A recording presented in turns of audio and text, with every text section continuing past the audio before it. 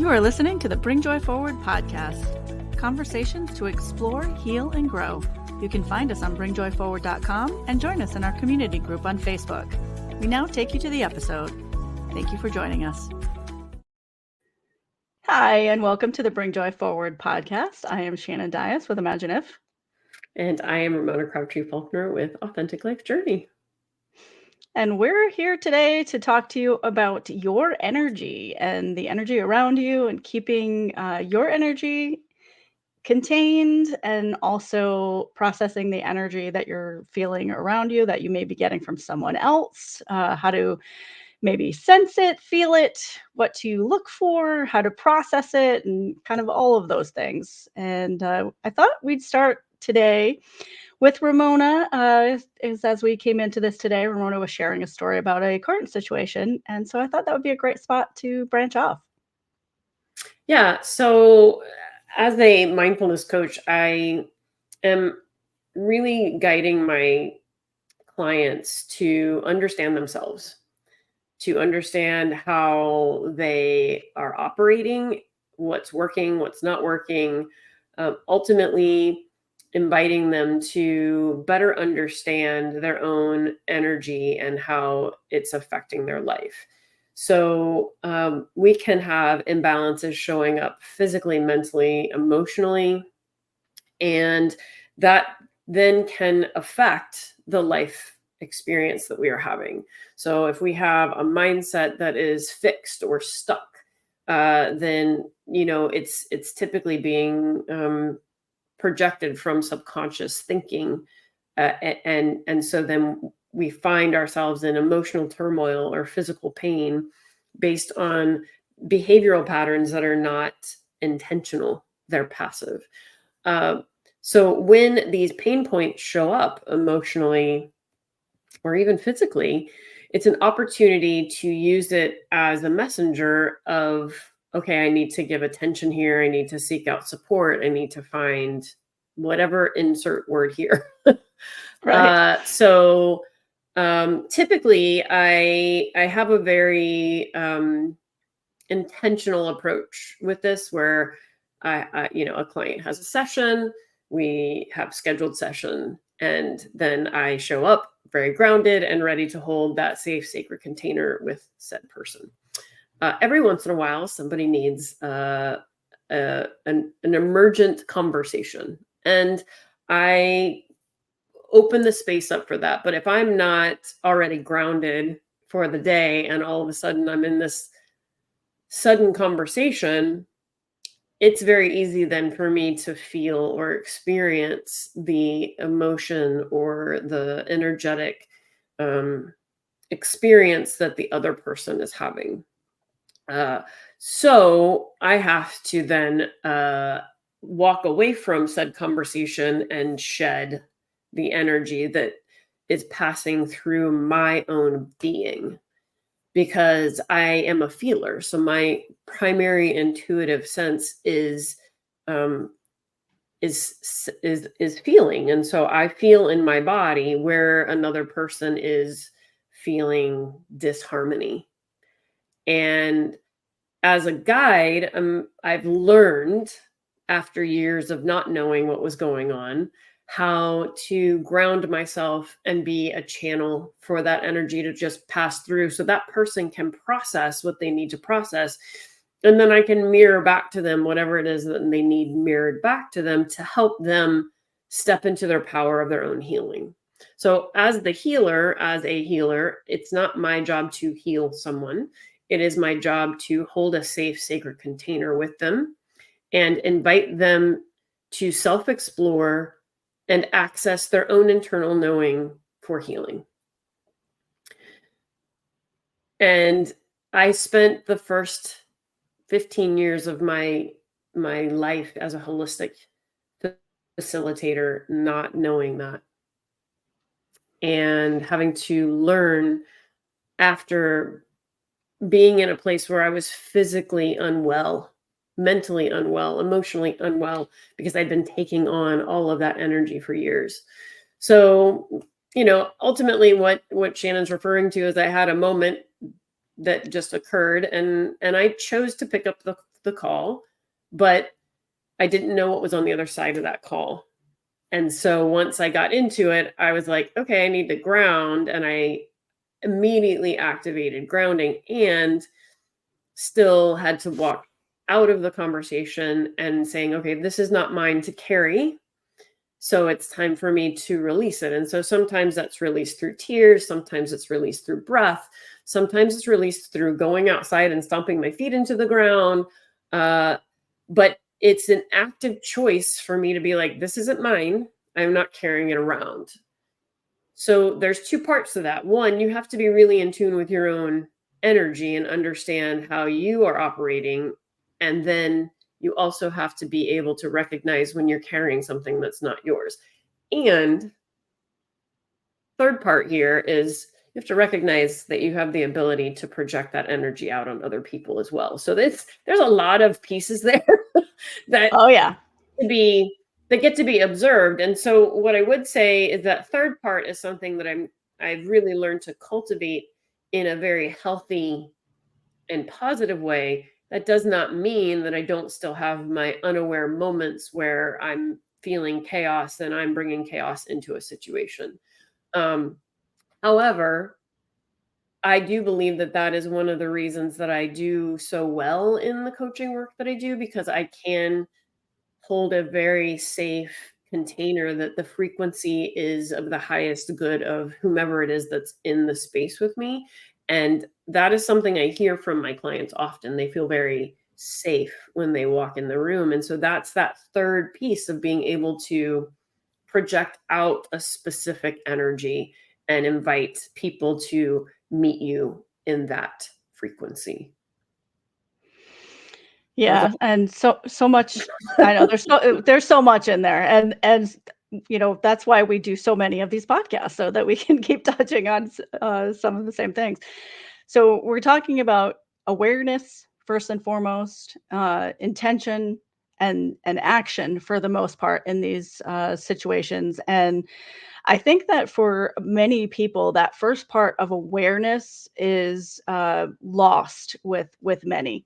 They feel it, but they don't know what that is. They don't know how to respond to it. They don't know how to act upon it. They don't even really recognize it necessarily as what it is. They're just feeling. You talked a lot about you know your senses being a feeling sense, and I think for empaths especially, this can be a really overwhelming thing when it's happening to you, especially if it's happening in a situation like it was with yours, where it is a emergent situation. It is something where somebody is already in a heightened state and they need and they're looking for support and guidance. It can be very difficult to know how to step back from that. Mhm. And that awareness factor is the first part of it. So if you can start to recognize what's happening and when it's happening and how it is happening, that is a huge thing in the first step of this. So small things like that for that awareness. Are you feeling it in your body? Where are you feeling it in your body? How intense is that feeling? Is it coming and going? Is it affecting what you're doing? Are you feeling so much of this that you are frozen in place and not able to make informed decisions or the next step? Is it happening erratically? And maybe you're projecting that out. We talked about that projection a little bit. And there's responsibility in that. As humans, we have responsibility for our actions, but I think especially so, we have responsibilities for the emotions and the energy that we're projecting out. Mhm. Because if you are not prepared for it, and that's kind of how this conversation started, right? This was you are not prepared for it. We can put things in place, we can balance, there are many different ways for grounding, and we'll talk about that in a second. But if you are not already in that state where you are expecting this thing to come at you, because that's what it feels like. If you're experiencing this, it feels like it's coming at you. I will often physically actually step back, as just a reaction to that. And sometimes I will ground into the body as if, a storm is passing through and I have to hold on, just to allow it to pass. But there's so many things that are happening in that instant. You're aware of it, you're feeling it, but then you're also acting upon it. You're making some choice and doing some activity that is going to help you process this thing that is coming at you. Um, so Well, when we're yeah, and then Go there's ahead. times where you get into something that you think is aligned because it's a direction that you've been nudged to go in, and then you find yourself being challenged and having to figure out, how do I, do I stay, do I go, like, what is the situation here? And I mean, I know for me that that's been an experience that I've had a couple of times, especially most recently, in I actively put myself in a situation and then was like, I'm stuck. How do I do this? And then had to process through all of the emotional turmoil that showed up over and over and over again. And I will say that it was only today that I had a situation in a conversation with another meeting where I got the answer of what it is that was going on over that entire experience. And so that awareness that you're talking about is multi-layered. It's Absolutely. multi-layered. It's not just about having the awareness of your energy and having the awareness of the energy of somebody else. It's also having the awareness of self-exploration so that you can process what you're experiencing, because as energetic beings, we're constantly being stimulated by something, whether it is commercials on television, the news, relationships that we're in, different experiences that we are processing. Like, there's just so many ways that this is affecting in all parts of our Absolutely. life, because we're frequency. We're frequency. Everything's frequency. Yep. Yeah, and that's what's happening. We're experiencing vibrations coming in and out from the other person who is projecting that. And especially if that person is not yet at the stage where they are taking responsibility for how things come out, or they're not capable in that moment. Because I think as humans, we can be as prepared as possible for things, but we cannot, be in a space where we're making active choices all the time. We are reactive individuals. We are emotional beings, and so there are going to be times when we are going to not have control of that. And so it's a matter of how do we get centered, which is why people come to us for emergent conversations, so to speak, and all of the things in between, to get yourself to that space. It's a constant state of growth. And I think that this being a subject that is one that we can talk about immensely, I think what I really want to get across today is that the first step is that awareness. And once you're aware of it, then it becomes a, what do I do with this? And I think that is a very healthy first step with that, is just recognizing that you do have some control over your situation, over your sphere of energy and how you walk through that. And so we're talking about grounding. If this is your first time listening and you have no idea what grounding means, it is getting back into your body, getting back into your center, getting back into what is real and, just like it sounds like, grounded in existence. Which is why, people go outside in bare feet and step in the dirt. This is why gardening is, a beautiful, calming, experience. This is tapping to recenter yourself, which is, a physical representation of focus. It is bringing you back to a center point. So finding tools like that that can bring you into the space. It is being intentional. It is meditation. It is, everything depends on how much time. It can be a simple 10-second breathing exercise that you do just to recenter and get yourself, back into that space. So it's finding those tools. So it's being aware of that energy, finding some simple tools to get you back into that energy. And then it's a lifelong process of working with that energy and recognizing it, in others and in yourself. Um, and then being responsible with how you go forward with that and what you do with that. Yeah, for sure. Yeah. Do you have anything that you want to add before we close this one out? No, I mean, I think that it's just I feel like this is a sneak peek into a much deeper exploration. Uh, it is my experience, having worked one-on-one with clients for 20 years, that it takes time. And so if you're beginning to feel the awareness that you need support and help in these areas, um, seek out a mentor, seek out a guide, seek out a healer that is capable of helping you help yourself. Because at the end of the day, yes, we're giving some really great tools and ideas, but if you don't know how to apply them, then you're just feeling like you're spinning. And I will say that many of the clients that have found their way to me throughout the years, they're stuck. They're just stuck and they don't know what next step to take.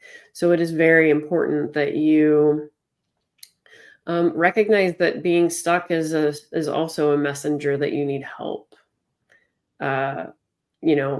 Most recently, that's where I found myself. And, we talk a lot about fight or flight, but there's two other things in that categorization of when the nervous system is overstimulated, and it's fawn and freeze.